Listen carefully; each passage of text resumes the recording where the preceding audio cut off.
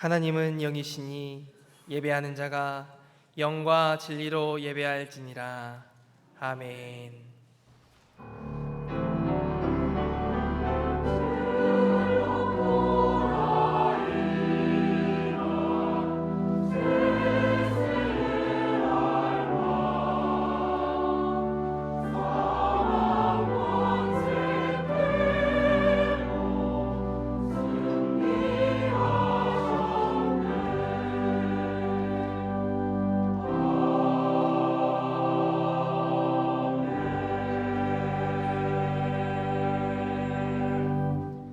아버지 하나님 감사합니다. 사망 권세 깨시고 죽음을 이기셨기에 우리가 이렇게 산소망을 가지고 부활하신 구주 예수님께 예배드리게 하시니 감사합니다. 온 세상이 이날 살아계신 주님께 할렐루야 힘차게 예배할 것인데 주님만이 홀로 영광 받아 주시옵소서. 예배하는 우리에게는 승리하신 주님으로 인하여 힘을 얻고 몸과 마음이 아플 때 주님의 사랑을 더욱 알아가며 우리 가운데 늘 살아계셔서 말씀하여 주시는 주님과 동행하며 살아가게 하여 주시옵소서. 예수님의 이름으로 기도합니다. 아멘. 모두 자리에서 일어나셔서 찬송가 1장으로 하나님께 찬양 드리겠습니다.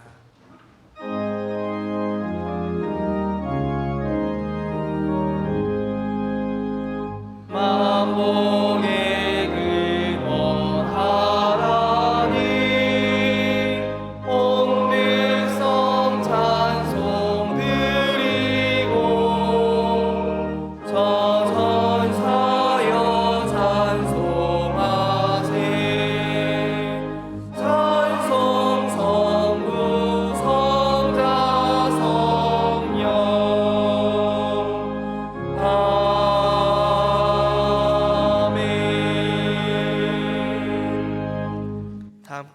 성시교도 가시겠습니다. 하나님께서 그를 사망의 고통에서 풀어 살리셨으니 우리 주 예수 그리스도로 말미암아 우리에게 승리를 주시는 하나님께 감사하노니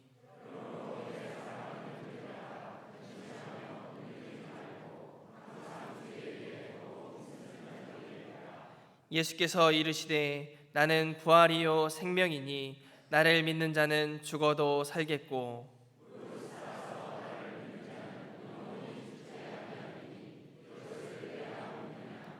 이르되 주여 그러하외다. 주는 그리스도시요 세상에 오시는 하나님의 아들이신 줄 내가 믿나이다.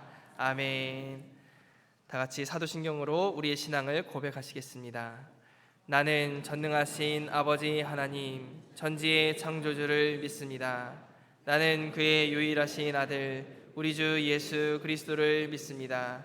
그는 성령으로 잉태되어 동정녀 마리아에게서 나시고 본디오 빌라도에게 고난을 받아 십자가에 못 박혀 죽으시고 장사된 지 사흘 만에 죽은 자 가운데서 다시 살아나셨으며 하늘에 오르시어 전능하신 아버지 하나님 우편에 앉아 계시다가 거기로부터 살아있는 자와 죽은 자를 심판하러 오십니다.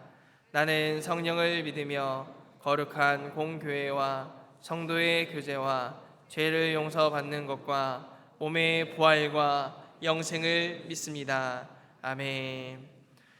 다 같이 찬송가 160장 무덤에 머물러 찬양하시겠습니다.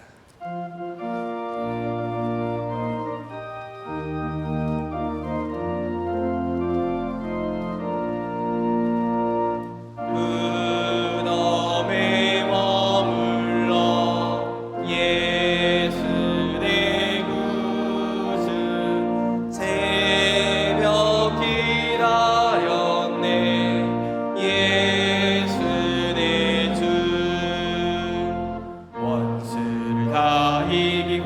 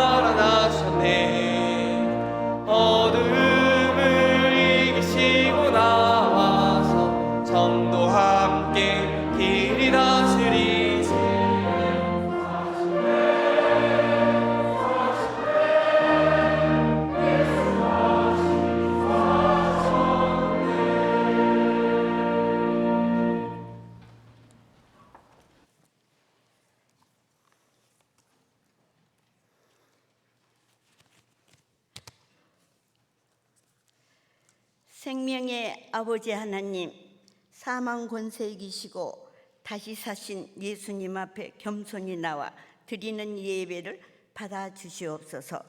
죽음의 권세를 이기시고 부활의 첫 열매를 이기신 생명의 예수님을 찬양합니다. 절망에 빠져있던 막달라 마리아가 빈 무덤 앞에서 예수님의 부활의 소식을 들었던 그 환희에 찬 안식 후 첫날의 아침을 저희들에게 예수님 주신 하나님께 감사드립니다. 이제 부활의 기쁨으로 저희들이 예수님께 찬미하오니 예수님께 저희들의 이 예배를 받아주시옵소서. 소망의 길을 보여주신 예수님, 주여, 예수님의 죽음을 패배가 아니었고 예수님의 십자가는 결코 절망이 아니었습니다. 주께서 사망을 이기셨고 죽음의 권세를 깨뜨리셨사오니 저희들의 더 이상 죄를 죄의 종노릇 하지 말게 하시고 부활의 능력으로 새롭게 거듭난 새 피조물이 되게 하여 주시옵소서. 전능하신 아버지 하나님, 북한은 아직도 야욕을 버리지 못한 채 서울을 불받아 핵전쟁을 운운하며 날마다 이용과 도발의 수위를 높여가고 있습니다. 북한의 동포들이 지하에 숨어서 눈물로 부르짖는 간절한 기도를 들어주시며 자유와 평화를 함께 누릴 수 있도록 은혜를 베풀어 주시옵소서.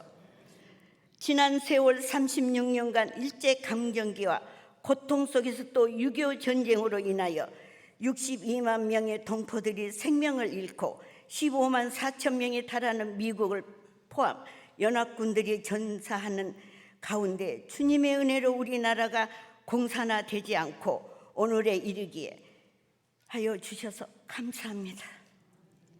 긍휼과 사랑의 아버지 하나님, 여호사의 기도를 들어주시고 기브온의 태양을 머물게 하신 주님, 북녘 땅에도 태양을 머물게 하셔서 구원의 빛으로 잃어버린 양들을 인도하여 주시며 지금까지 이 민족을 지켜주셨듯이 이 땅의 전쟁을 막아주시옵소서.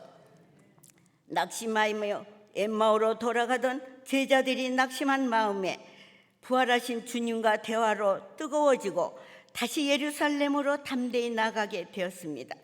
물고기 잡으러 가던 베드로가 부활하신 주님을 만난 후 진정한 사람을 낚은 어부로 거듭났습니다.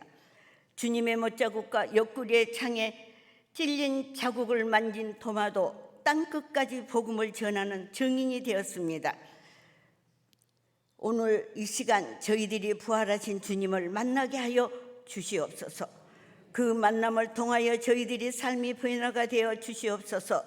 변화된 제자들의 삶을 통하여 세계가 변화되었고 인류의 역사가 변화되었습니다.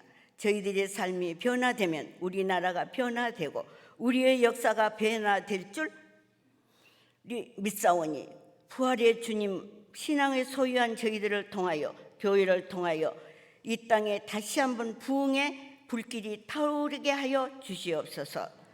사랑의 예수님, 오늘 부활의 귀한 말씀을 전가하실 우리 담임 목사님 기억하시고 성령님께서 붙들어 주시며 부활의 기쁨과 소망과 은혜의 단비를 체험하는 이 시간이 되게 하여 주시옵소서.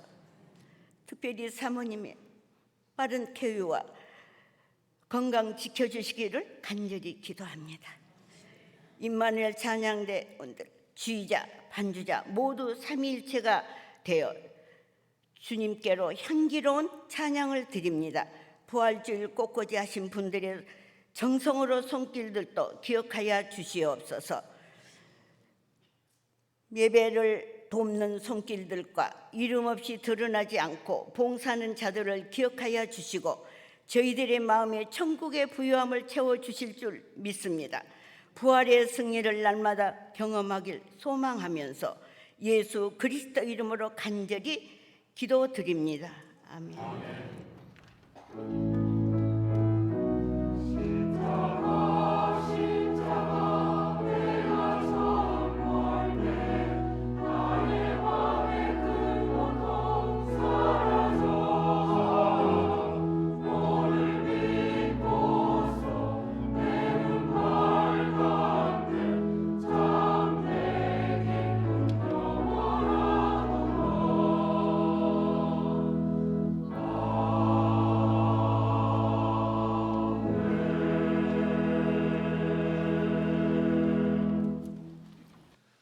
오늘 우리에게 주시는 하나님의 말씀은 누가복음 23장 44절에서 46절까지의 말씀입니다.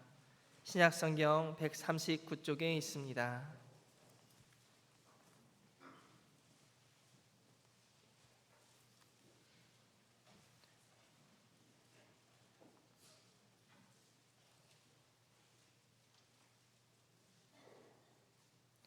때가 제6시쯤 되어 해가 빛을 잃고 온 땅에 어둠이 임하여 제9시까지 계속하며 성소의 휘장이 한가운데가 찢어지더라.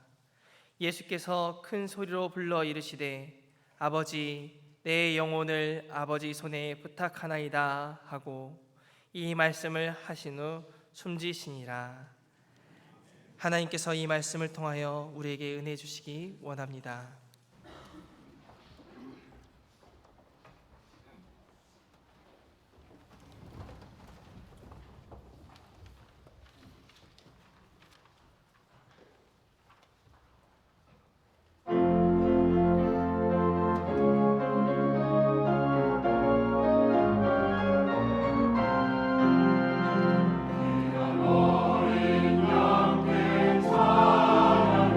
주 예수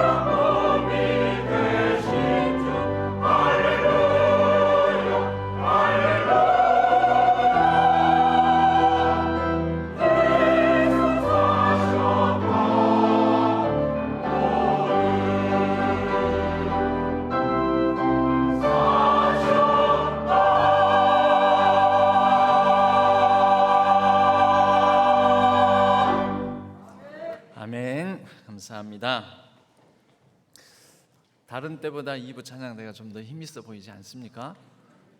왜 그런지 아십니까? 오늘 젊은 피를 수혈을 했거든요. 예, 젊은 피 청년이 3명이나 들어갔습니다. 그래서 평소에도 잘했는데 오늘 조금 더 다 잘하지 않았느냐 이런 말씀입니다. 예. 우리 옆에 분들과 인사 나누겠습니다. 부활절 이후에 예수님께서 제자들에게 처음으로 나누신 인사가 있습니다. 뭔지 아십니까? 예, 샬롬입니다. 예, 평강이 있을지어다 하시면서 예수님께서 제자들에게 인사하셨는데 우리 전후 좌우에 있는 분들과 샬롬하고 인사하겠습니다. 샬롬. 예. 우리 부활의 주님께서 저와 여러분 지금 어떤 상황, 어떤 마음 상태에 있다 할지라도 우리 주님만이 주실 수 있는 평화의 인사법으로 우리에게 지금 옆에 분들이 건네는 또 내가 나누는 이 인사법으로 또 우리에게 그 평안을 주시는 줄로 믿습니다. 기도하겠습니다. 하나님 아버지, 부활의 주님, 우리의 소망과 생명이 되어주시는 주 예수 그리스도로 인하여 우리가 이 자리에 있고 또 살아계신 주님을 우리가 만나기를 원합니다. 말씀 가운데서 우리 주 예수 그리스도의 그 뜻을 깨닫게 하여 주시고 그리고 그 말씀을 가지고 우리에게 주어진 어떤 상황 속에서도 견디고 이겨나갈 수 있도록 세임과 능력을 더하여 주옵소서. 성령 하나님께서 친히 이 시간을 주장하여 주옵소서. 의지하옵고 우리 주 예수 그리스도의 이름으로 간절히 기도하옵나이다. 아멘. 부활주일인데 십자가상에서 남기신 마지막 말씀을 나누는 게 이게 매치가 잘 되는가 이런 생각이 좀 있었습니다. 애초에 이 7주를 계획하고 할 때 이 마지막 주에는 부활주일이 걸리겠는데 괜찮을까? 근데 제 생각에는 괜찮겠다라는 생각이 들었습니다. 왜냐하면 예수님의 십자가의 죽음과 부활이 동떨어져 있지 않고 그 죽음으로부터 결국 부활이 이미 약속됐던 것이고 예고되었던 것이고 결국 연속선상에 있다라고 생각했기 때문입니다. 오늘은 예수님의 이 십자가상에서의 7가지 말씀 중에 마지막 말씀, 아버지 내 영혼을 아버지 손에 부탁하나이다 라는 이 말씀을 중심으로 오늘 또 살아계신 주님, 부활하신 주님께서 우리에게 주시는 귀한 말씀의 은혜를 누렸으면 합니다. 가상칠언은 총 7가지의 말씀은 앞에 3개와 뒤에 4개로 이렇게 구분될 수도 있습니다. 첫 번째, 아버지 저들을 사하여 주옵소서. 그리고 두 번째, 오늘 내가 나와 함께 낙원에 있으리라. 세 번째, 여자여 보소서 아들이니이다. 보라 내 어머니라. 이렇게 여기까지의 이 세 번째까지의 말씀은 사람들을 향한 말씀입니다. 사람들을 향한, 곧 사람들의 유익을 향한. 첫 번째 말씀은 모든 그 십자가 앞에 있는 알지 못하고 행하는 그 모든 죄를 사하여 달라고 사람들을 위해서 용서를 구하는 그런 예수님의 말씀이었고, 오늘 네가 나와 함께 낙원에 있으리라. 십자가상에 이 옆에 못 박힌 다른 죄인을 향하여서 그 구원함을 받을 것이라는 선포를 하신 것이지요. 그 죄인을 향하여서 또 세 번째로는 눈물 짓는 어머니, 비통함 가운데 있는 어머니와 또 사랑하는 제자를 서로 연결시켜 주시면서 부탁하고 그렇게 배려하시는 말씀으로 결국 여기까지는 사람들을 향한, 사람들을 위한 말씀이다라고 볼 수 있겠지요. 그런데 4번째부터는 좀 달라집니다. 엘리 엘리 라마 사박다니 시편 22편을 인용한 말씀으로 나의 하나님 어찌하여 나를 버리시나이까. 그리고 5번째로는 내가 목마르다. 6번째 다 이루었다. 그리고 7번째 내 영을 아버지 손에 부탁합니다. 이렇게 4번째, 5번째, 6번째, 7번째는 사실은 메시아적 사역을 수행하면서 메시아로서의 본분에 해당되는 말씀이다. 이렇게 말할 수가 있습니다. 사람들을 향해서 사람들을 위한 말씀이 아니고 메시아로서의 본분을 수행하는 과정 중에 예수님의 어떤 개인적인 탄식, 탄원이라고 말할 수가 있겠지요. 이렇게 크게 두 부분으로 나누어집니다. 그런데 오늘 저희들이 보게 되는 이 마지막 7번째 말씀은 그 호칭이 다시 한번 또 달라집니다. 첫 번째, 아버지 저들을 사하여 주옵소서. 아버지라는 호칭으로 시작해서 네 번째, 엘리 엘리, 즉 나의 하나님 나의 하나님, 하나님이라는 호칭으로 바뀌었다가 다시 7번째에 이르러서는 아버지 내 영혼을 아버지 손에 의탁합니다 라고 하면서 아버지라는 호칭으로 다시 바뀝니다. 여러분, 이 뭔가 이 가운데 의미가 있지 않겠습니까? 오늘 이 말씀을 바탕으로 저는 이 7번째 말씀을 세 부분으로 나누어서 우리가 좀 한번 살펴보았으면 합니다. 첫 번째는 내 영혼, 두 번째는 아버지 손에, 세 번째로는 부탁하나이다. 이렇게 세 부분으로 나누어서 함께 살펴보고자 합니다. 애가 좀 울어도 그냥 계셔도 되는데, 안 데리고 나가셔도 되는데요. 애 소리가 나는 교회가 좋습니다. 이 예배당, 본당 예배당 안에서도 애가 좀 칭얼거리는 소리도 나도 괜찮습니다. 그렇지 않습니까? 살아있으니까, 살아있는 교회니까 그러는 거죠. 너무 눈치 보지 않으셔도 되겠습니다. 먼저 내 영혼을입니다. 여러분, 예수님께서 이 7번째 말씀을 하시는 이 순간 여기까지 예수님의 지금 상태가 편안합니까? 편안한 상태입니까? 불편한 상태이지요. 뭐가요? 육체적으로 특히. 여러분, 그러면 예수님의 지금 이 상황에서 내 영혼을 하면서 하나님께 시선을 두고 하나님께 맡길 때 예수님은 평안하셨을까요? 편안은 확실히 아닌 것 같죠. 편안하지는 않잖아요. 근데 평안하셨을까요? 어떻게 보십니까? 여러분, 우리에게 없는 것을 누군가에게 줄 수가 없습니다. 예수님께서는 십자가에 달리시기 전 제자들을 이 다락방의 강화 설교로 요한복음에 의하자면 14장, 15장, 16장에 이르기까지 긴 다락방 설교, 다락방 강화라고 하는 설교를 하실 때 제자들에게 하신 말씀은 나의 평안을 너희에게 주노라. 내가 너희에게 주는 이 평안은 세상에 주는 것과 같지 아니하다라고 말씀하셨습니다.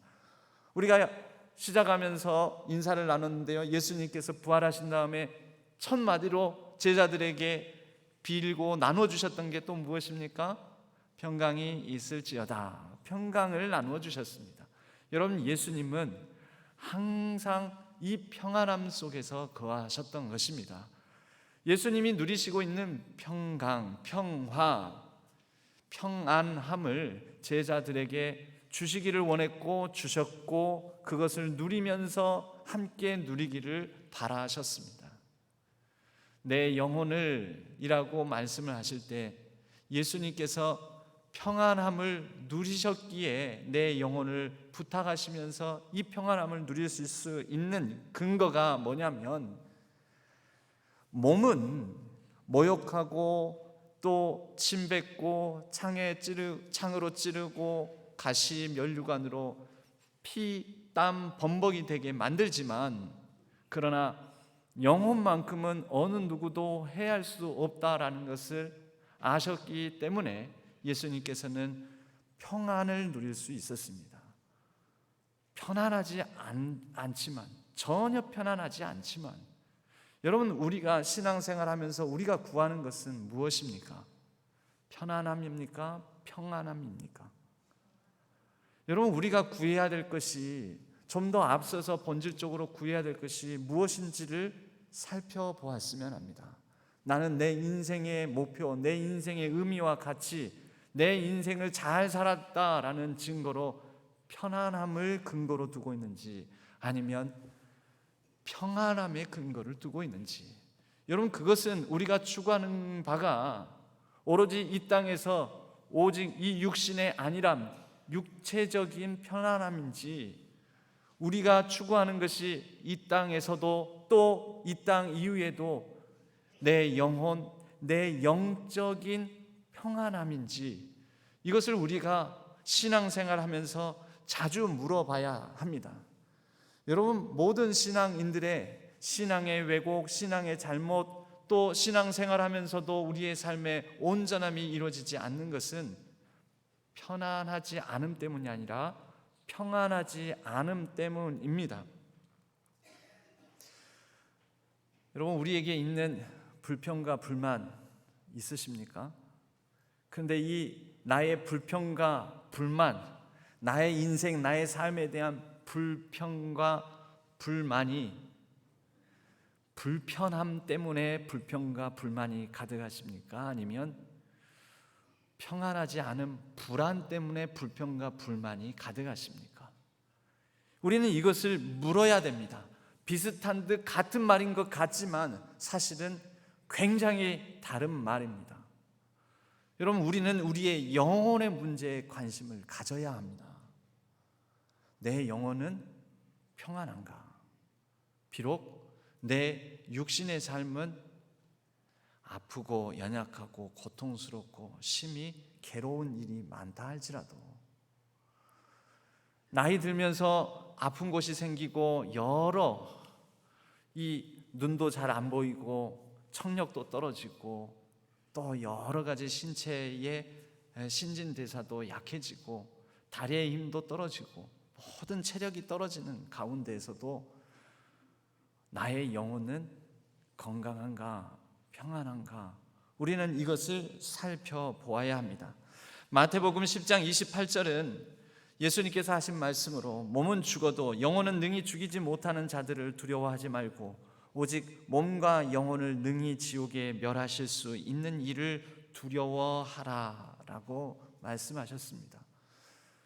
여러분, 우리의 두려움의 이유가 혹 나의 모든 영혼을 책임져 주시는, 나에게 코에 생기를 불어넣어 주셔서 하나님의 호흡으로, 하나님의 그 살아있는 영으로 살라고 생명 주신 그 하나님을 우리가 바라보지 못함으로 나의 영혼이 병들고 내 영혼이 짓눌리고 내 영혼에 문제가 있지는 않은지 살펴볼 필요가 있지 않겠습니까?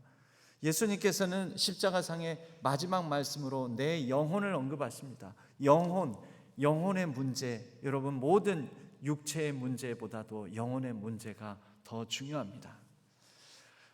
우리 성도님들도 아시겠지만 지난 한 주간은 예수님의 고난 주간이기도 했지만 제 개인적으로 저에게도 좀 힘든 한 주간이었습니다. 힘든 결정도 해야 했습니다. 수술대 위에 올라있는 아내에게 물어볼 수가 없는 보호자인 제가 결정해야 될 문제도 좀 있었습니다. 제가 한 가지 묵상한 바는 수술대 올라가기 전까지 제 아내는 컨디션은 참 좋았습니다. 근데 이 뱃속 안에 있는 문제는 열어보기 전까지 알 수가 없더라는 것입니다. 모릅니다. 그리고 수술이 다 끝나고 난 다음에 의사가 하는 얘기가 그렇습니다. 내부 뱃속 안이 상당히 어지러운 부분이 있었습니다. 그래서 수술하기가 쉽지 않았습니다. 근데 문득 드는 생각이, 겉모습만 보고 우리 속 안에 어떤 부분에 문제가 있고 또 망가지고 우리는 그 속을 모르는구나, 이런 생각이 들면서 겉이 멀쩡해 보인다 하더라도 내면이, 속이 다 망가져 있는 사람도 있을 수 있겠구나. 육체만 그럴까요? 육체를 통하여서 우리는 영혼의 문제를 짐작을 합니다. 여러분, 겉이 멀쩡해 보여도 그 영혼이, 내면이, 정신이, 마음이 망가져 있고 복잡하고 흩어져 있고 깨어져 있는 경우도 많습니다. 그럼 저는 이 수술 과정을 통하여서 이런 생각을 많이 해봅니다. 나는 어떠한가? 그래도 제 겉모습은 멀쩡해 보이지 않습니까? 그런데 누군가에게 보이는 내 멀쩡함이 중요한 게 아니고 하나님 앞에, 하나님께서 보시는 하나님 앞에서의 내 내면의, 내 영혼의 건강함과 멀쩡함이 더 중요하다라는 것이지요. 여러분, 우리가 사람을 뽑습니다. 사람을 뽑을 때도 겉이 멀쩡함이 아니라 속이 멀쩡한, 속이, 내면이 하나님께 그 영혼을 의탁할 줄 알고 영혼의 문제를 가지고 고민할 줄 아는 사람을 여러분, 하나님으로부터 지혜를 주셔서 분별케 해달라 하시고 그런 일꾼을 뽑으시기를 바랍니다. 그러면 됩니다. 여러분, 영혼이 잘 되면 하나님께서 우리의 삶을 편안하지는 않다 할지라도, 편안하지는 않는 경우가 많죠. 병상에 있으면 편안하지 않지요. 여러 인생의 어려운 시련들을 겪으면 편안하지는 않지요. 그러나 그 어떤 편안하지 않은 상황 속에서도 우리는 평안함을 누릴 수 있는 근거를 바로 우리의 영혼을 붙드시고 영혼을 책임져 주시는 하나님으로 말미암아 우리가 그 평강, 평화를 온전히 누릴 수 있는 줄로 믿습니다. 그러한 평안을 주시기 위해서 이 땅에 편안하지 않게 오신 분이 예수님 아니십니까? 그리고 편안하지 않게 불편하게 십자가에서 모진 고통 당하시고 우리에게 부활하셔서 살아계신 주님이 오늘 지금 저와 여러분 여기에 있는 어떤 불편함을 가지고 이 자리에 있는 분이라 할지라도 평강이 있을지어다 라고 살아계신 주님, 부활하신 주님께서 말씀하시지 않습니까? 거기에 아멘으로 반응할 수 있는 저와 여러분 되기를 주님의 이름으로 간절히 축복합니다. 여러분, 두 번째로 아버지 손해라고 합니다. 아버지 손해. 여러분, 시작 아버지 저들을 사하여 주옵소서. 첫 번째 말씀이 아버지로 시작해서 이제 마지막 7번째 말씀, 아버지 내 영혼을 아버지 손에 부탁하나이다. 아버지로 시작해서 아버지로 끝납니다. 하나님 아버지의 주권 가운데 십자가에 처음 매달렸을 때부터 마지막까지 그 아버지와의 친밀함 사귐 가운데서 모든 시작과 마침이 다 아버지 손에서 이루어졌다라는 것을 고백하시는 예수님의 큰 소리로 절규하시는 내용이라고 볼 수가 있습니다. 여러분, 우리 모든 신앙인들은 생명으로 시작해서 모든 눈을 감는 순간에는 결국은 생명이 끝나는 게 아니라 사실은 생명으로 시작해서 사명으로 마치는 것입니다. 생명으로 시작해서 사명으로 마치는데 생명도 명한 분이 있고 사명도 명한 분이 있죠. 다 누구입니까? 명한 분이 아버지 하나님 아버지. 여러분, 우리의 인생의 시작과 끝도 하나님 손에 있습니다. 우리 신앙인들의 문법이 있습니다. 신앙의 문법, 크게 문법을 이렇게 세 가지로 나누죠. 시제, 그리고 태라고 하는데요. 능동태, 수동태, 내가 주어인가 아니면 내가 목적어인가. 그리고 법이 있습니다. 직설법, 그리고 가정법, 그리고 명령법. 여러분, 우리 신앙의 문법은 뭘까요? 첫째, 우리의 시제. 우리의 시제는 뭘까요? 신앙은 결국 하나님과 함께 하나님의 뜻을 붙들고 하나님의 뜻을 이루기 위해서 살아가는, 하나님을 믿고 의지하며 하나님과 더불어 살아가는 삶이다라고 말할 수 있을 텐데, 우리 신앙인들의 시제는 항상 현재형입니다. 제럴드 시처라는 분이 있습니다. 이분이 하나님의 뜻이라는 제목의 책을 내셨습니다. 그 책의 내용은 길지만 그러나 한마디로 요약하자면 하나님의 뜻은 어디 있는가? 하나님의 뜻은 지금 내가 있는 바로 이곳에서 하나님을 위해 사는 것에 있다. 내일 일을 염려하지 말고 오늘 그의 나라와 의를 구하는 것, 오늘 바로 여기에 하나님의 뜻이 있다. 너무 쉬운 말인데 이것을 뭐 그렇게 길게 썼을까요? 제럴드 시처라는 이분이 사고로 아내와 그리고 자신의 두 아이를 잃었습니다.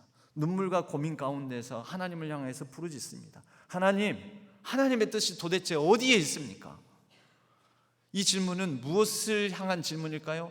일어난 사건, 과거를 향해서 던지는 질문인 거죠. 하나님 뜻, 내 아내와 내 사랑하는 두 아이를 데려가시는 것이 하나님의 뜻이었습니까? 여러분, 우리가 하나님의 뜻을 구하고 찾는다 하면서 사실은 과거 사건, 이미 일어난, 그래서 돌이킬 수도 없고 다시 회복할 수도 없는 일을 가지고 그것이 하나님의 뜻이었습니까? 라고 과거형으로 하나님의 뜻을 묻고 찾는 경우들이 있습니다. 근데 제럴드 시처는 자신의 그 아픔 속에서 눈물과 기도, 고민 가운데서 하나님의 뜻은 과거형 가운데에서 찾을 수가 없겠구나. 내가 오늘 지금 어떻게 살아가는가, 살아가고 있는가, 내가 어떻게 하나님의 뜻을 붙들고 지금 여기에서 행하는가, 여기에 하나님의 뜻이 있겠구나. 10여 년 전, 정확하게는 2014년 4월 16일 고난주간이었습니다. 고난주간 수요일 세월호 사건이 있었습니다. 그리고 그 주간, 그날로부터 그리고 부활주일이 이르기까지도 온 나라가 슬픔, 절망, 낙심, 아니 이럴 수가 있는가, 어떻게 이런 일이 벌어지는가. 그리고 부활주일을 맞았습니다. 부활주일, 우리가 마냥 기뻐할 수 있었을까요? 없었습니다. 하나님 왜, 그리고 하나님 어디에 계십니까? 왜 이런 일을, 그 아이들이 무슨 죄가 있다고, 잘못이 있다고. 그러면서 2014년 그 4월 20일 부활주일은 온전히 우리 기뻐하자, 우리 좋아하자, 살아계신 주님으로 말미암아 감사하자, 이렇게만은 말할 수 없는 그런 참 힘든 부활주일이었습니다. 그런데 여러분, 하나님의 뜻이 세월호에 그 300명이나 되는 아이들이 죽어야 하는 것이 하나님의 뜻입니까? 도대체 하나님 뜻 어디 있습니까? 여러분, 하나님의 뜻을 왜 이미 일어난 그 사건에서 구하는 걸까요? 아니죠. 하나님 뜻 어디 있을까요? 그 부활주일을 맞은 그날 아침, 그 현재를 살아가는 그때 당시, 지금 아파하고 있는 사람들이 있다면 그 아파하고 있는 사람들과 공감하고 그들을 도울 수 있는 일을 돕고 그들과 함께 더불어 그 자리에 있는 것, 거기에 하나님 뜻 있지 않겠습니까? 현재라는 거죠. 현재. 여러분, 하나님은, 하나님 아버지의 손은 항상 현재, 그분의 손길이 우리의 현재적인 여기의 삶에 관심을 두고 붙잡고 계신다라는 것이죠. 그 손을 우리도 붙잡아야 되지 않겠습니까? 하나님의 뜻이 미래에 있다, 이렇게 얘기하는 경우도 있습니다. 하나님, 그래서 누구랑 결혼할까요? 무슨 직업을 택할까요? 어느 대학을 가야 될까요? 무엇을 먹을까요? 아니죠. 하나님의 뜻은 미래도 과거도 아닌 여기 현재에 있습니다. 여러분, 어떻게 순종할까요? 미래요? 아닙니다. 나 예전에 순종 많이 했습니다. 헌신 많이 했습니다. 지나간 과거의 헌신과 희생이요? 아니요. 지금 현재. 여러분, 보통 우리가 다이어트에 대해서 그런 얘기 많이 하죠. 이렇게 맛있는 음식을 놔두고 내가 다이어트를 결심을 했는데 항상 다이어트는 내일부터잖아. 내일부터. 여러분, 이분은 다이어트를 하루라도 할 수 있을까요? 없을까요? 못하죠. 항상 내일부터인데. C.S. 루이스라는 분이 쓴 스크루테이프의 편지라는 책에 보면, 이 스크루테이프의 편지라는 책은 삼촌 마귀가 조카 마귀에게 훈련, 양육을 시키면서 이봐, 우리의 전략이 무엇인지 아니? 우리 사탄 마귀인 우리가 인간들을 하나님으로부터 떨어뜨리고 멀리하게 만드는 전략이 무엇인지 아니? 하면서 조카 마귀에게 편지를 쓰는 형식의 글입니다. 물론 허구죠, 허구. 그런데 거기에 사탄 마귀의 우리의 가장 큰 전략은 인간들이 하나님으로부터 무작정 떼어내려고 헌신하지 못하게, 희생하지 못하게, 믿음 생활하지 못하게, 너무 그럴 필요 없다. 그들이 대단한 결심, 대단한 헌신의 순종의 결단을 하도록 내버려 둬라. 괜찮다. 딱 한 가지만 주입해 주면 된다. 뭘까요? 다이어트라고 똑같아요. 내일부터 하게 하면 된다라는 거죠. 여러분, 하나님의 뜻은 내일 없습니다. 오늘 지금 여기에 있습니다. 내일 기도할게요? 없지요. 오늘 지금 여기에 기도. 내일 헌신할게요? 아니요. 오늘 지금 여기에서의 헌신. 내일 순종? 아니요. 오늘 지금 여기에서의 순종. 오늘 지금 여기 사랑한다 말하는 거, 가족과 더불어서 함께 하나님 주신 기쁨과 평안을 누리는 것. 여러분, 바로 하나님의 손에 이끌림 당하는 신앙인들의 문법은 현재형입니다. 현재형. 오늘 지금 여기 현재를 소중히 여기시기를 바랍니다. 여러분, 우리의 삶은 이제 능동태냐 수동태냐? 신앙의 삶은 수동태입니다. 당하는 일입니다. 어려운 일 당할 때 나의 믿음 적으나, 여러분 당하는 거죠. 수동태가 뭐냐면 당하는 거라는 것이죠. 우리의 문장 구성은 내가 뭐 한다, 우리는 자꾸 내가 뭐 한다라고 생각하는데 그렇지가 않습니다. 내가 태어나야지 하고 태어난 사람 어디 있습니까? 인생에 있어서, 우리의 삶에 있어서 가장 중요한 것들은 많은 경우 당하는 일들입니다. 나 한국인 되어야지, 그래서 한국인 되신 분 있습니까? 우리 당한 일이죠. 많은 일들이 그렇습니다. 여러분, 언젠가 우리는 또 죽을 겁니다. 내가 죽어야지, 아니죠. 죽음 당하는 거죠. 난 나이 먹어야지. 세월 지나가다 보니까 어느새 내 나이가 60, 70, 80 되시지 않았습니까? 수동태입니다. 수동태. 여러분, 우리에게 주어진 많은 일들이 주어진 경우가 많습니다. 이것을 우리는 믿음으로, 신앙으로 해석해낼 수 있어야 됩니다. 아, 많은 일들을 당하는구나. 어려운 일들도 당하고, 아픔도 당하고, 질병도 내가 걸려야지 하는 게 아니라 걸려지게 되고, 많은 실패, 고난도 당하고, 많이 당합니다. 그런데 이런 수동태적 삶에 내가 주어가 아니다라는 인식을 가진 게 신앙인들인데, 그럼 주어는 누구일까요? 아버지에게서, 아버지로 끝나는 아버지 손에 의해서, 아버지 손에 의해서 내 영혼은 그래도 그분 손에 의해서 다스려진다. 그분 손에 의해서 내 인생은 평안하다. 그분 품 안에서 나는 안전하다. 내가 안전해야지가 아니라 그분이 나에게 주시는 평안과 안전으로 인하여서 그분 손에 붙들린다면 그분이 이루어 주실 것이다. 이것이 우리의 믿음인 것입니다. 그리고 이제 우리에게 주어지는 법, 직설법도, 가정법도, 이렇다면, 저렇게 하면 좋을 텐데, 그랬었다면, 내가 이렇게 했었다면 얼마나 좋았을까?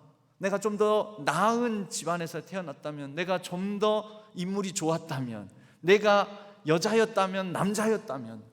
여러분, 인생은 가정법이 아니죠. 역사에도 가정이 없다고 하지 않습니까? 우리에게 주어진 이 신앙 붙들고 살아가는 삶에는 명령법이 있습니다. 오늘 지금 여기, 내일 일을 염려하지 말고 오늘 그의 나라와 의를 구하라. 구하라. 바로 지금 여기. 순종 어떻게 할까요? 기도 어떻게 할까요?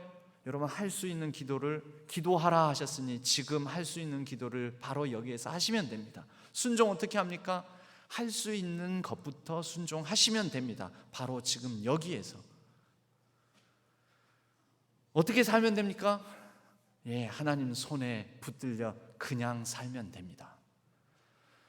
여러분, 우리가 어떻게 해야지, 어떻게 하지, 어떻게 해야 되나? 왜 많은 고민들을 할까요? 하나님 손 의탁하지 못하고, 그분 손 붙들지 못하고, 그분이 내 삶을 인도하신다라는 하나님의 다스림에 대한 우리의 믿음이 떨어질 때, 감 떨어질 때, 그때 우리에게는 불안감이 더 커지는 것 아니겠습니까? 바로 지금 여기에서부터 현재형으로 우리에게 주어진 삶을 하나님께서 주신 이 생명 가운데 사명을 따라서 그의 나라와 그의 의를 구하는 귀하고 복된 삶을 살아가는 우리 모든 성도님들 되시기를 바랍니다. 마지막입니다. 부탁하나이다. 예수님께서 부탁하나이다. 여러분, 우리가 이 부탁하나이다라는 이 말씀의 맥락이 사실은 예수님께서 이 십자가상에서 최초로 하신 말씀이 아닙니다. 성경을 보면은 예수님께서 엘리 엘리 라마 사박다니도 시편 22편을 인용하셨죠. 이 말씀도 시편 31편을 인용하신 것입니다. 시편 32편 5절 말씀은 이와 같습니다. 내가 나의 영을 주의 손에 부탁하나이다. 다윗이 온통 대적들로 둘러싸여 있는 상황, 원한 상황 아니죠. 다윗도 많은 경우 수동태였습니다. 그의 삶에 어려운 고난이 닥치고, 왕이 되려고 한 것 아닌데 기름 부음을 받고 도망 다니고, 여러분, 어려운 삶 가운데 그는 나의 영을 주의 손에 부탁하나이다. 여러분, 유대인들은 시편 말씀을 거의 달달 외우다시피 했습니다. 십자가상에서 예수님께서 마지막 말씀, 나의 영혼을 아버지 손에 부탁하나이다 라고 하실 때, 이것을 듣는 첫 번째 청자들, 이것을 읽는 첫 번째 독자들은 시편 31편 다윗의 고백. 여러분, 다윗의 고백에 그 역사적인 흐름을 따라서 예수님의 고백이 있고, 그리고 이 예수님의 고백에 다시 또 10여 년 뒤에 스데반이 돌에 맞아 죽으면서 그는 똑같은 고백을 합니다. 주 예수여, 내 영혼을 받으시옵소서. 스데반의 죽으면서 하는 고백입니다. 그리고 그로부터 130여 년이 지난 120여 년이 지날 때에 서머나 교회의 감독, 총 교회의 지도자였던, 책임자였던 폴리캅이라는 분이 80세가 넘는 나이에 순교를 당하면서 똑같은 이 고백으로 주여, 주의 손에 나의 영을 부탁하나이다. 그로부터 1300년이 지난 얀 후스라는 종교 체코의 종교 개혁자는 종교 재판에 회부되어 그곳에서 이단으로 판정을 받고 화형을 당하면서 똑같은 고백을 합니다. 주여, 내 영혼을 받아 주옵소서. 여러분, 그리고 600여 년이 지난 오늘 저와 여러분, 우리의 고백. 여러분, 우리의 지금의 신앙은, 지금 우리가 이루고 있는 교회는 이렇게 수없이 많은 역사성 위에 기반을 두고 있고, 우리의 신앙 고백은 이렇게 수없이 많은 신앙의 위인들의 신앙 고백, 신앙을 붙들고 살아간 삶 위에 세워져 있습니다. 사도와 선지자의 터 위에 세워져 있는 교회가 우리 신앙 교회입니다. 그리고 이제 우리도 그들과 같이 동일한 그 역사성의 맥락 위에 탄식하거나 고백할 수 있어야 하지 않겠습니까? 아버지의 손에 나의 삶을, 나의 영혼을, 나의 모자람을, 나의 부족함을, 나의 간절함을 부탁하나이다. 하나님 아버지께서 나의 삶을 책임져 주시는 유일하신 분이심을 믿습니다. 요한 웨슬리는 87세로 1791년 죽을 때에 나에게 마지막으로 펜을 다오. 근데 힘이 없습니다. 근데 마지막 그 힘을 쥐어짜서 한 문장을 남깁니다. 가장 좋은 것은 하나님이 우리와 함께 계시는 것이다. 여러분, 하나님이 우리와 함께 계시기에, 부활하신 주님이 우리와 함께, 살아계신 주님이 우리와 함께 계시기에 우리는 내 힘으로, 내 능으로 내가 할 수 없는 모든 것들을 그분에게 부탁하며, 의탁하며, 의지하며 살아가는 것입니다. 이 말을 적고 난 다음에 안녕하고 평안하게 눈을 감았습니다. 감리교의 창시자가 요한 웨슬리입니다. 여러분, 찬양 있지 않습니까? 세월 지나갈수록 의지할 것뿐일세, 무슨 일을 당해도 예수 의지합니다. 여러분, 왜 우리가 예수 그리스도께 의지할 수 있습니까? 그 근거는 바로 오늘에 있습니다. 부활주일. 우리는 죽은 분을 신앙하거나 믿지 않습니다. 무덤에 계신 분을 믿지 않습니다. 무덤에서 나와 부활하신 주님, 살아계신 주님을 믿습니다. 그분을 신뢰하기에 우리는 그분께 우리의 모든 것을 내어 맡기고, 오늘 또 바로 지금 여기의 삶을, 그분이 주신 생명의 삶을, 그분이 주신 사명의 삶을 아버지 손에 이끌려 아버지 손에 의탁하며 살아가는 것입니다. 살아내는 것입니다. 그렇게 살아갈 때 저와 여러분을 통하여 하나님의 뜻이 조금이나마, 내가 이루는 것이 아니요 그분이 이루어 가시는 그 하나님의 뜻이 나의 삶을 통하여 이루어질 줄로 믿습니다. 하나님 아버지 감사합니다.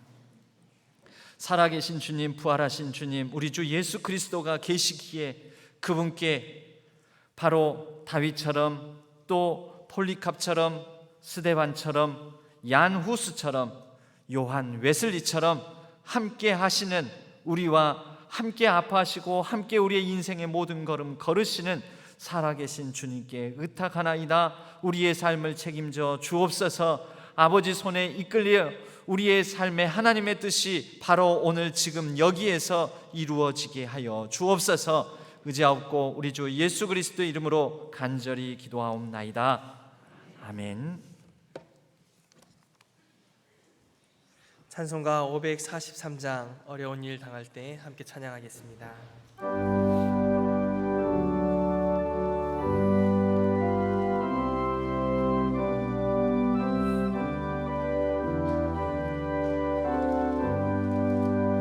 어려운 일 당할 때 나의 믿음 적으나 의지하는 내 주를 더욱 의지합니다. 세월 지나갈수록 의지할 것뿐일세. 무슨 일을 당해도 예수 의지합니다. 성령께서 내 마음 밝히 비춰주시니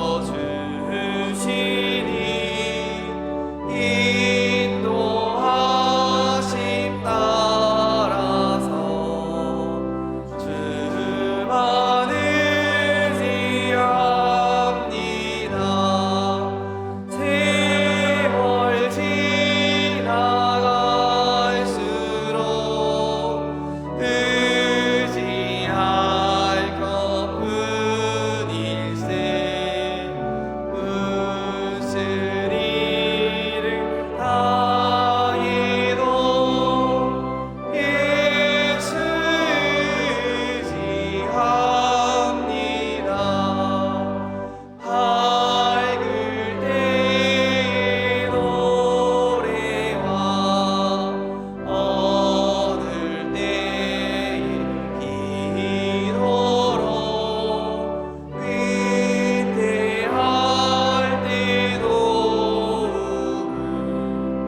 주께 간구합니다.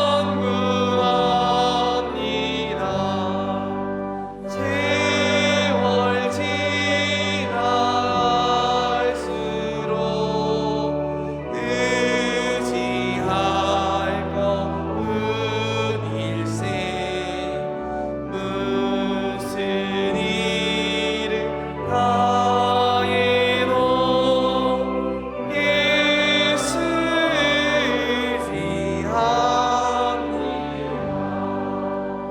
생명 있을 동안에 예수 의지합니다. 천국 올라가도록 의지할 것뿐일세. 세월 지나갈수록 의지할 것뿐일세. 무슨 일을 당해도 예수 의지합니다. 하나님 아버지, 우리에게 주신 것 가운데 구별하여 주일 헌금으로 11조로 선교와 비전 헌금으로 또 갖가지 감사의 예물을 올려드리며 또 부활 부활절을 맞이하여 부활 주일 감사 헌금으로 하나님 앞에 이 예물을 올려드립니다. 기쁘게 받아주시고 하나님의 나라와 영광 위에 아름답게 사용하여 주옵소서. 우리의 삶, 항상 예측치 못한 일들이 많이 일어나기도 하지만 우리의 모든 전 삶이 우리의 영혼이 하나님 손 안에 있음을 믿고 하나님께 더욱더 의지하고 하나님께 온전히 내어 맡기는 우리의 삶이 되게 하여 주옵소서.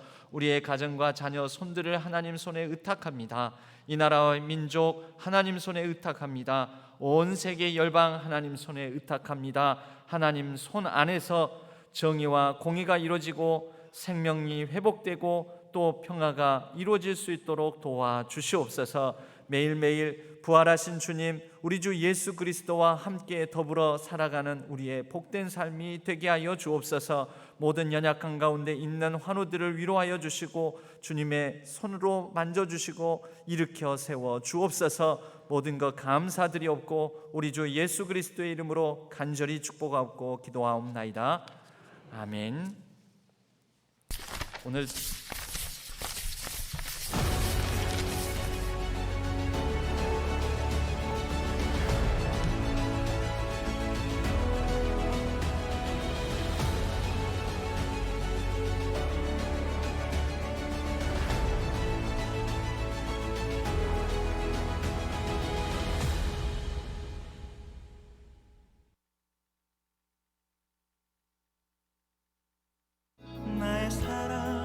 나의 사랑 나의 어여쁜 자야 일어나 함께 가자 나의 사랑 나의 어여쁜 자야. 사랑하는 우리 70, 80대 우리 성도님들, 인생은 70부터라는 얘기를 흔히 합니다. 70 이후에 느끼는 허무감과 공허감을 위로하는 말이다라고 볼 수가 있는데요. 70 이후에 지금까지 섬겨왔던 교회와 성도님들에게 이제 나는 무슨 의미가 있나, 무슨 필요가 있나, 이런 생각을 많이 할 수 있지요. 저희 교회에서 이제 70 이상이신 우리 모든 성도님들을 한 분 한 분의 이름을 불러 함께 더불어 모임을 갖고자 합니다. 김수영 시인의 꽃이라는 시에는 이런 19절이 있습니다. 내가 그의 이름을 불러주기 전에 그는 하나의 몸짓에 불과하였지만 내가 그의 이름을 불러주었을 때 그는 나에게로 와서 꽃이 되었다. 우리가 우리 70 플러스 모든 분들 한 분 한 분의 이름을 불러드립니다. 우리 모든 성도님들의 아름다운 꽃으로 피어날 70 플러스를 응원합니다. 한 분 한 분을 꽃으로 초대합니다.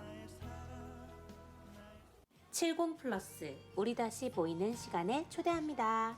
4월 13일 목요일에는 레크레이션과 국악 찬양이 있습니다.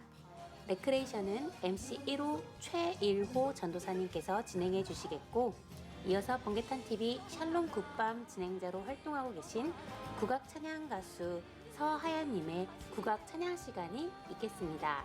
4월 27일 목요일에는 새로운 출발 마음 다스리기라는 주제로 심리학 강의가 있습니다. 고려대학교 심리학과 명예교수 상담목회 아카데미 예상의 원장님으로 계신 한성열 교수님께서 강사로 함께 해주시겠습니다. 마지막으로 5월 한 달 동안에는 매주 목요일 오전 9시 50분부터 12시 30분까지 예배와 나눔 그리고 다양한 소그룹 활동이 있습니다. 소그룹 활동은 동서양의 차문화, 복음성가 배우기, 식물 아트, 스마트폰 활용, 몸찬양, 함께 있는 고린도전서, 탁구, 쉬운 창세기 중 신청하셔서 참여할 수 있습니다. 식사도 제공할 예정이니 만 70세 이상이신 성도님께서는 많은 참여 바랍니다. 70 플러스에서 만나요. 사랑합니다. 네, 70 플러스에서 만나요. 오늘 저희 교회에 새로 나오신 교우님이 있습니다. 김기임 서혜정 성도님, 잠깐 자리에서 일어나시면 박수로 환영하도록 하겠습니다. 감사합니다. 아까 그 아이가 그 아이였군요. 예배 후에 새가족 부실에서 잠깐 뵙도록 하겠습니다. 저희 교회가 이 다음 주에 준비하고 있는 항전직 선거를 위해서 선거관리위원장이신 우리 정병규 장로님께서 잠깐 선거에 관한 안내 말씀을 드리겠습니다.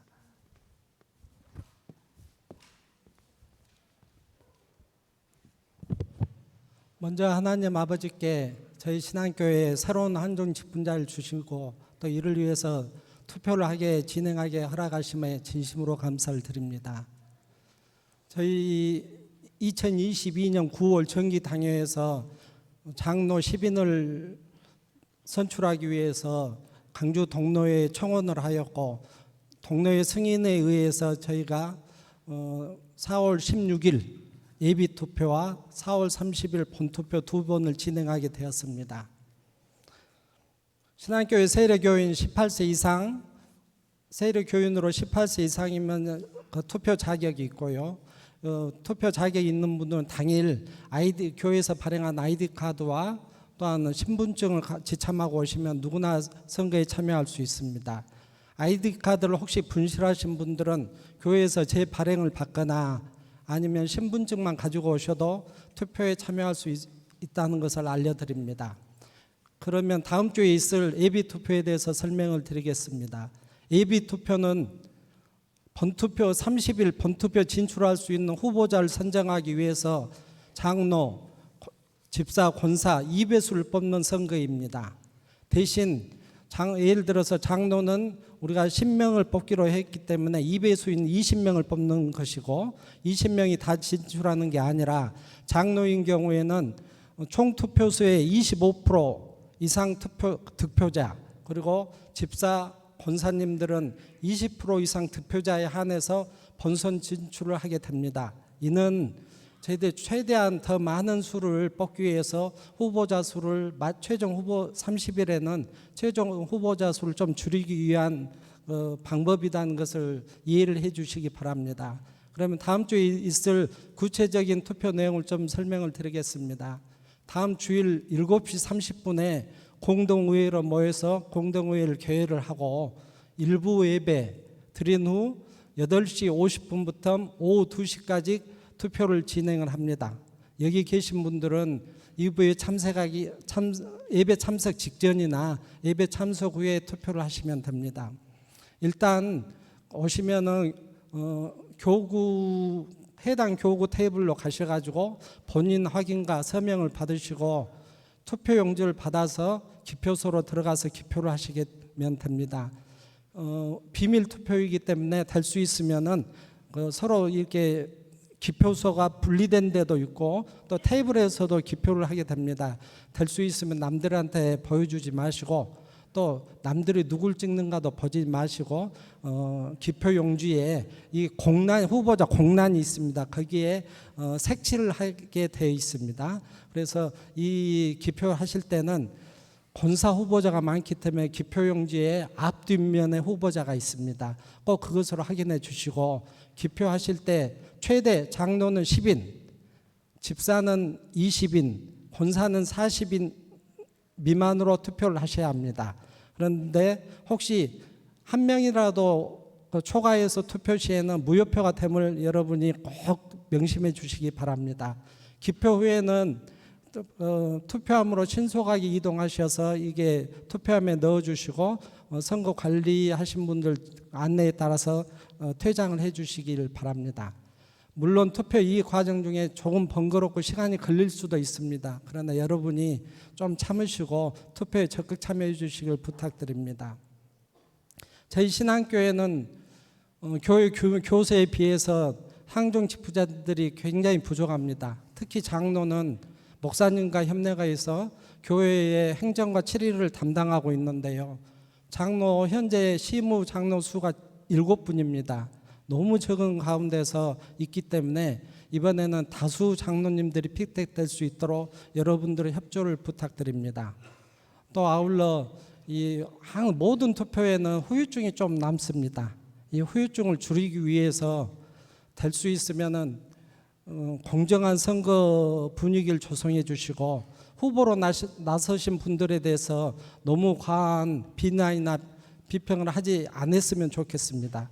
또한 확실치 않은 말, 그런 불필요한 말은 좀 삼가해 주시면은 이번 투표를 통해서 신앙교회가 많은 항중 집권자들 뽑히고 이를 통해서 교회 일을 잘 진행함으로 교회가 더 편안하고 성장할 걸로 믿습니다.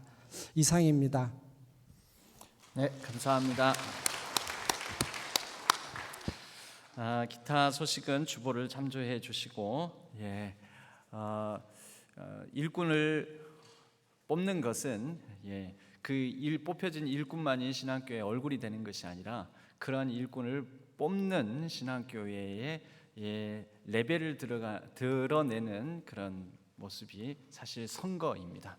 이 선거에 우리 신앙교회의 수준 높은 레벨을 보여주시는 우리 모든 성도들 되셨으면 합니다. 우리 모두 자리에서 일어나시겠습니다. 오늘 찬양은 주기도문송이 아닌 살아계신 주 나의 참된 소망 함께 찬양하시고 축도로 예배를 마치겠습니다.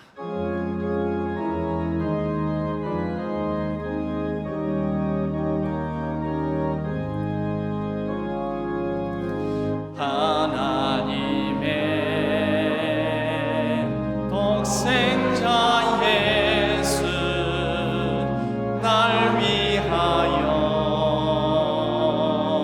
오시었네. 내 모든 죄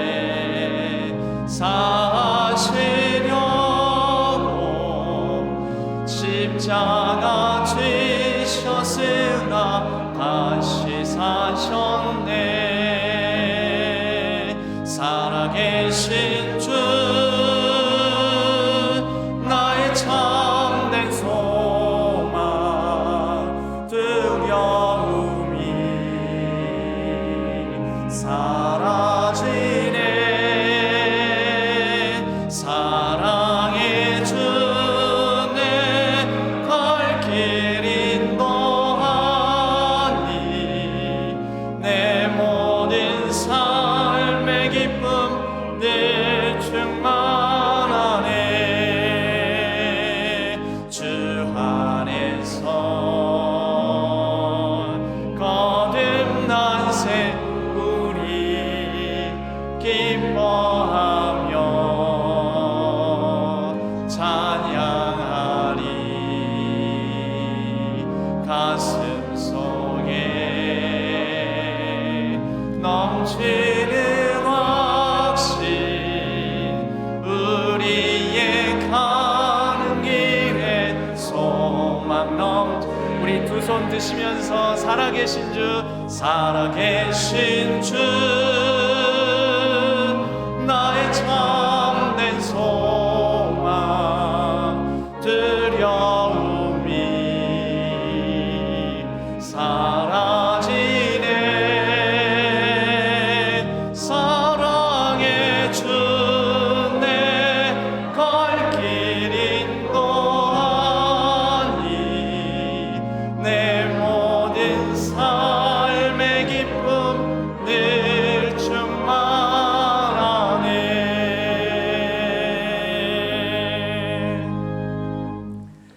이제는 우리 주 예수 그리스도의 은혜와 하나님 아버지의 지극하신 사랑하심과 성령 하나님의 위로 교통하심이 살아계신 주님 우리 주 예수 그리스도와 더불어 함께 현재 우리에게 주어진 삶을 하나님의 생명과 사명을 따라서 살아가고자 다짐하는 우리 모든 성도님들 위해, 우리 신앙교회 위에, 온라인상에서 흩어져 예배를 드리는 모든 예배자들 위해 이제로부터 영원까지 함께 하시기를 간절히 축원하옵나이다. 아멘.